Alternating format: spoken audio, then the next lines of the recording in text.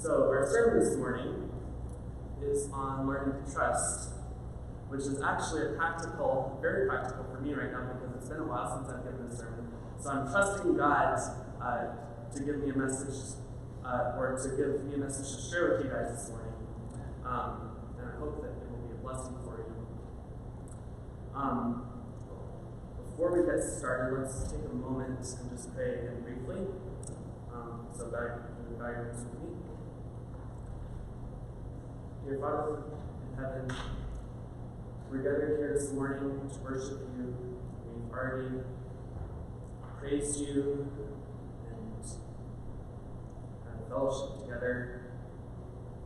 As we consider now how we can learn to trust you better, please be with us and send your Spirit here that you would be with me as I speak, and that the words that I say would be from you, not just from me. In Jesus' name. All right. So, and here we go. This is on. Okay, I think we're good. So, learning to trust. So, what is trust? Well, I thought a good place to start might be a dictionary definition. Let's see if this works. All right, here we go. So, trust, an assured reliance on the character, ability, strength, or truth of someone or something. So, for some audience participation here, what are some examples of situations where we have to trust someone? Go ahead and shout it out. Physician. What was that? Physician. Physicians. We trust our doctors to give good diagnoses. And airline pilot. Airline pilots. We're really trusting them quite literally with our lives there. Parents. Other drivers. So those are some good examples, and actually a couple of those. Oh, we had one over here. What was that? Okay. Those are actually a few things that I thought of. A couple others that I wrote down here are salespeople. We trust that when we buy something, that the thing that they're going to give us is the thing that we paid for, and that they will give it to us after we give them the money. Restaurants, we trust that they're going to cook food that's not going to get us sick. There are many things we can and should trust on various levels. One that's actually I've experienced recently is some of you know that I've taken up the hobby of rock climbing recently. I'm sure you've seen.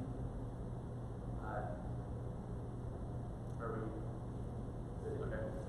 I'm sure you've seen pictures like this of someone hanging on to a wall. This is at an indoor gym, and this is a little bit more advanced climbing than I usually do. The specific type he's doing here.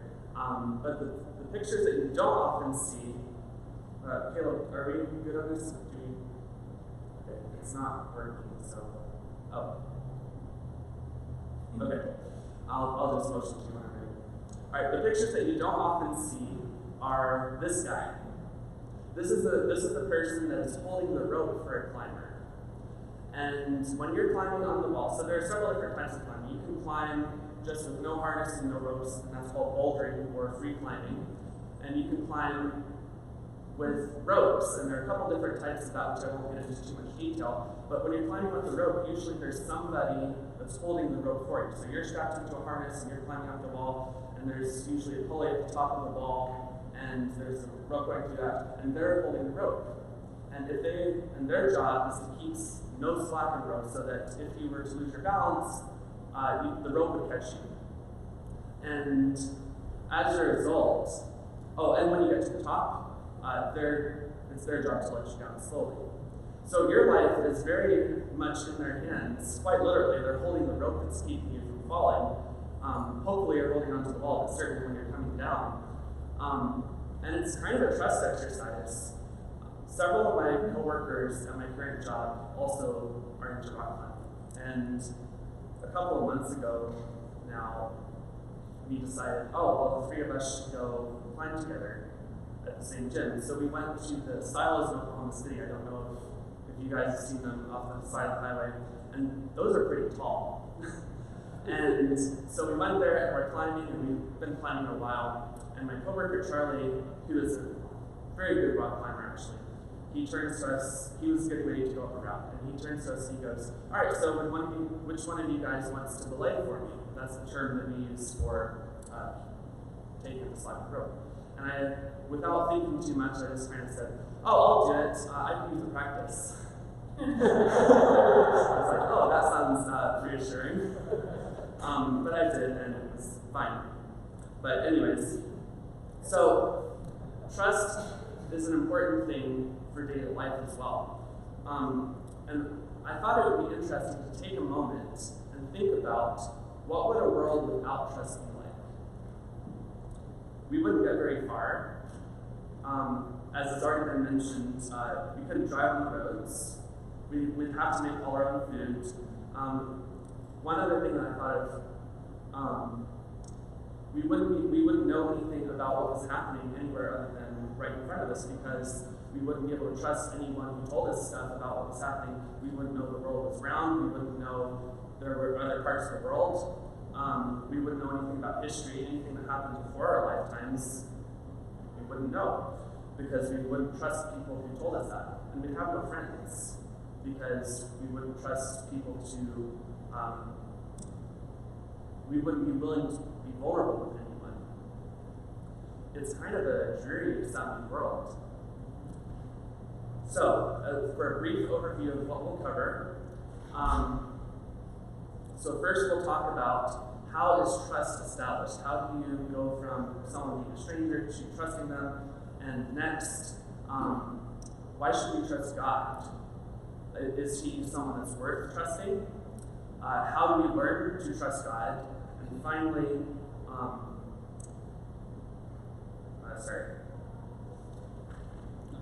how do we learn what does trusting God look like in practice?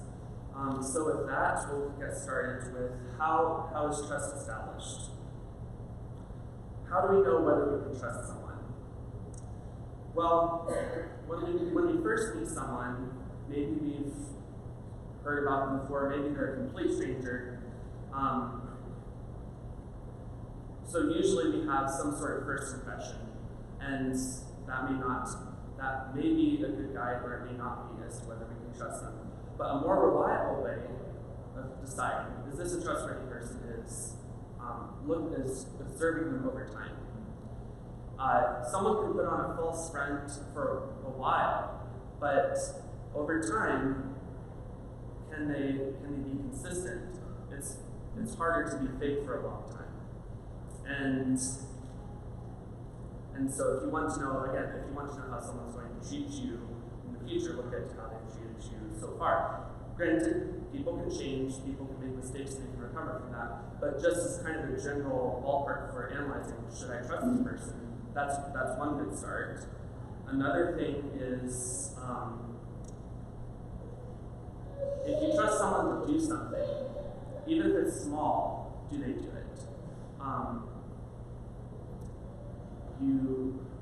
You can. So if you want to decide, you can tell someone maybe a secret or something that's not that important, and see if they honor that. Do they go, "Oh yeah, I'll keep it secret," but then they go around telling people, or do they keep it private? And if they do that with a small thing, maybe you'll be more comfortable next time sharing a more personal thing. And if they don't, then well, you've only made a small investment. And so getting into how you begin to establish this trust, this kind of connects to that. Over time, as you interact with that person, whether it's at church, at school, at your employment, or wherever else, over time, if that person is responsible and they don't do things to damage your trust, that trust gets deeper. And alternatively, if they break that trust, you might trust them even less than you did from your first impression. You should get to know them. Who are they as a person? Are they reliable and consistent? Can they deliver on their promises? And as I was saying before, developing the relationship with that person, trust goes hand in hand with that. as we become closer to someone as a friend, within a business relationship, if it's your boss or a coworker, even if it's a romantic relationship, trust builds incrementally with that, and that's a healthy thing. So I was curious if the academic world had done any research into the benefits of trust and how you build it, and of course they have. And it turns out this was an interesting little tidbit I found. There was a study published in the scientific journal Nature in 2005 where researchers found the connection between oxytocin levels and your willingness to trust a stranger. Now, they set up an experiment that was designed to test how much someone trusted a stranger. The experiment was simple. It was they set two people down, and the one who was being tested was given some amount of money, and they could choose how much money to give to the other person. And when it got to the other person, that amount would triple. And that other person, the recipient, could choose to either keep all that money for themselves or to share some back with you. And so, in a sense, it was kind of a way to test, okay, so how much money are people going to entrust this other person? A very trusting person would say, oh, take it all because, I trust that you'll be willing to share it with me, and vice versa. And what they found was that people who were more willing to trust other people with money like that, they had higher oxytocin levels. And so what they were curious, well, so is this an effect of trusting people, or does it go the other way too? Where building an emotional connection with someone, and which raises your oxytocin levels, would that make them more willing to trust the other person? And they found that yes, in fact it did. They gave some of the participants oxytocin synthetically, and turned out that those participants were willing to trust other people with over twice as much money, which is quite a dramatic result. And my point in sharing this is not so much that, if we hug other people, we'll have an easier time trusting God. Not necessarily. It's a little more involved in that. But some of the same activities that build oxytocin, we normally think of physical touch, but there's other things as well: emotional connection, frequent communication. Some of those same things help us to trust more, and we'll come back to that in a bit. Additionally, be consistent.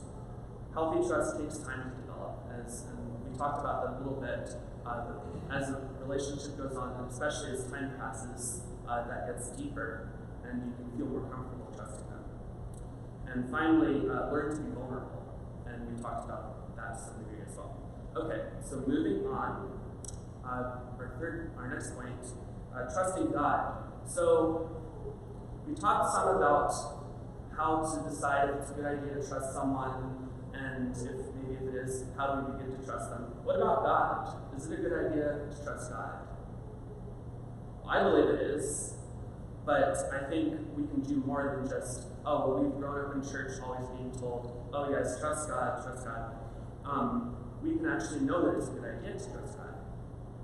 So, God has the ability to deliver on His promises, more so than any person can, in fact. If God promises to do something for us, we can count on Him getting it done. He has the power to do that. God can help us with whatever we need, kind of related to that. That can be our daily physical needs, it can be our emotional needs, it can be guidance towards our goals. So let's go to Matthew 6, 25 through 33. If you have your Bibles, you're welcome to turn to it, and it'll be up on the screen if you just want to follow along there.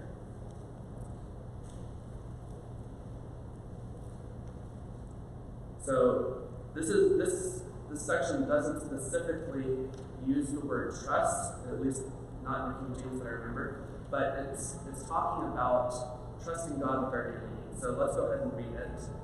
Therefore I tell you, do not be anxious about your life, what you will eat or what you will drink, nor about your body, what you will put on. Is not life more than food, and the body more than clothing? Look at the birds of the air. They neither sow nor reap nor gather into barns, and yet your heavenly Father feeds them. Are you not of much more value than they? And which of you, by being anxious, or I might add, by not trusting. He can add a single hour to his span of life. And why are you anxious about clothing? Consider the lilies of the field, how they grow. They neither toil nor spin, yet I tell you, even Solomon in all his glory was not arrayed like one of these. But if God so clothes the grass of the field, which today is alive and tomorrow is thrown into the oven, will he not much more clothe you, O ye of little faith? And to me, this is just really underscoring the point. We can trust God with our needs, whether they're I need to know what I'm going to eat tomorrow, whether it's I need help figuring out what I'm going to do with my life in the next couple of years. God can be there. I don't have to stress about it because I know that God understands these things better than I do, and I can trust Him that He can bring about a plan for me that's better than what I can come up with myself. Next, God has our best good in mind.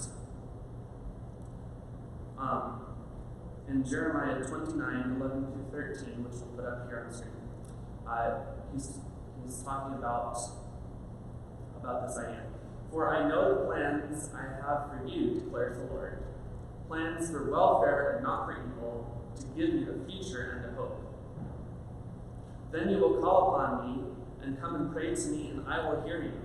You will seek me and find me when you seek me with all your heart.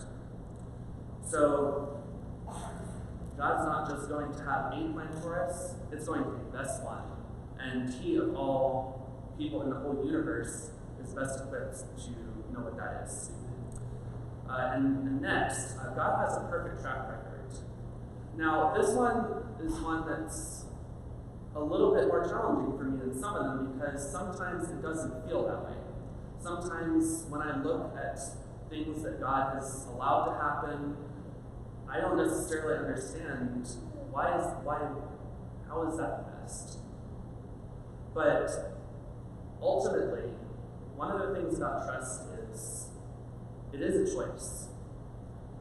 It's not just I can analyze, apply logic and figure out via some formula, is this a trustworthy person? Yeah, sure, you can apply that, but at the end of the day, are you going to trust that person, or are you going to not trust them? And so my belief about God's track record is that if I can choose to look at history, to look at my experience, look at the experience of others, and I can choose to look at things that I might see as doubts. I can choose to doubt God's goodness. But if I choose to trust Him, I can look at those things and I can accept that those were what was good, and we just didn't have all the information. And either one of those positions can be consistent, but I have to choose which one I want to do. And that's a bit of a scary thing, because what if I was trusting God and it wasn't best? And this is, and there's actually an answer to that objection, I believe. It's that if we have a relationship with God, we get to know Him, then we know that He has our best good in mind. It's not just speculation. And we'll come back to that in a little bit as well. Okay, moving on. How do we learn to trust God? And I would venture that even though God is invisible, we can't go talk to Him the same way that we would go talk to a friend. I can't pick up the phone and call. That would be convenient. And even though it's, in some ways, it's challenging to get to know an invisible God. Well, in many ways it's challenging. But I believe that we can use some of the same approaches that we do with learning to trust other people. We can start by getting to know Him. And, well, how do we do that? Well, we can study what's in the Bible. We can study nature and see what kind of God are we talking about. But these are all things about God. So if we get to know past that, we can develop a relationship and actually get to know Him, not just about Him, And to do that, well, how do we do that when God is invisible? Well, we have communication, we can pray, so that's talking to him. We have the Holy Spirit and his guidance, that's as well as his revealed words, that's reciprocal communication. And we can invest time and energy. So not just, I'm going to go to church for 3 hours a week, and that will be enough to, hold my friendship with God. No, we have to do this as a daily, consistent thing. And finally, we have to learn to be vulnerable with God, to talk to him as we talk to a friend, a trusted friend, that when, we don't just have to pray, oh dear Lord, thank you for this, and please help me to whatever our requests are. But to really commune with God when we're struggling, to tell him about our struggles, and to know that he's listening and that he cares. And if we do these things consistently, we can learn to trust God. So, what does trusting God look like practically? What would the life of someone who radically trusts God look like? Well, so we'll explore that through the next couple of points. But first, I wanted to bring in a Bible story that kind of illustrates both sides of someone who trusted God implicitly and some disciples who did not. This will be a familiar story to you, I'm sure. Jesus and his disciples were coming off the mountain and from the crowds after a long day of ministry, and so they get to the Sea of Galilee, and the disciples are probably thinking, okay, that was a good long day, now let's have some rest, a nice peaceful evening on the lake in a boat. Well, it wasn't a nice peaceful evening, at least. So if we read Matthew 8, 23 through 27, and the words will be on the screen here as well. And when he, being Jesus, entered into a ship, his disciples followed him. And behold, there arose a great tempest in the sea, insomuch that the ship was covered with the waves, but he was asleep. And his disciples came to him and awoke him, saying, Lord, save us, we perish. And he said unto them, Why are ye fearful, O ye of little faith? Then he arose and rebuked the winds and the sea, and there was a great calm. But the men marveled, saying, What manner of man is this, that even the winds and the sea obey him? The disciples had a very human reaction to that. I can easily see myself being in that same boat. Well, same boat, metaphorically at least.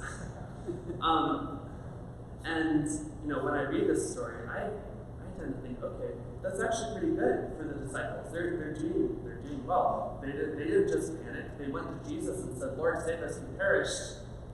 So why did they get chided by Jesus for not having faith? I'm not going to get too much into the difference between faith and trust, because I think they're very much interconnected.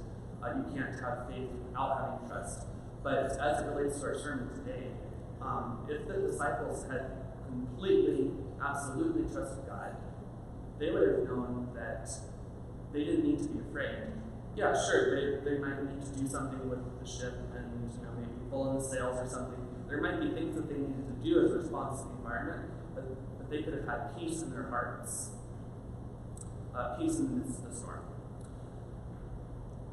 So moving on, we can trust God to lead us through the paths of life.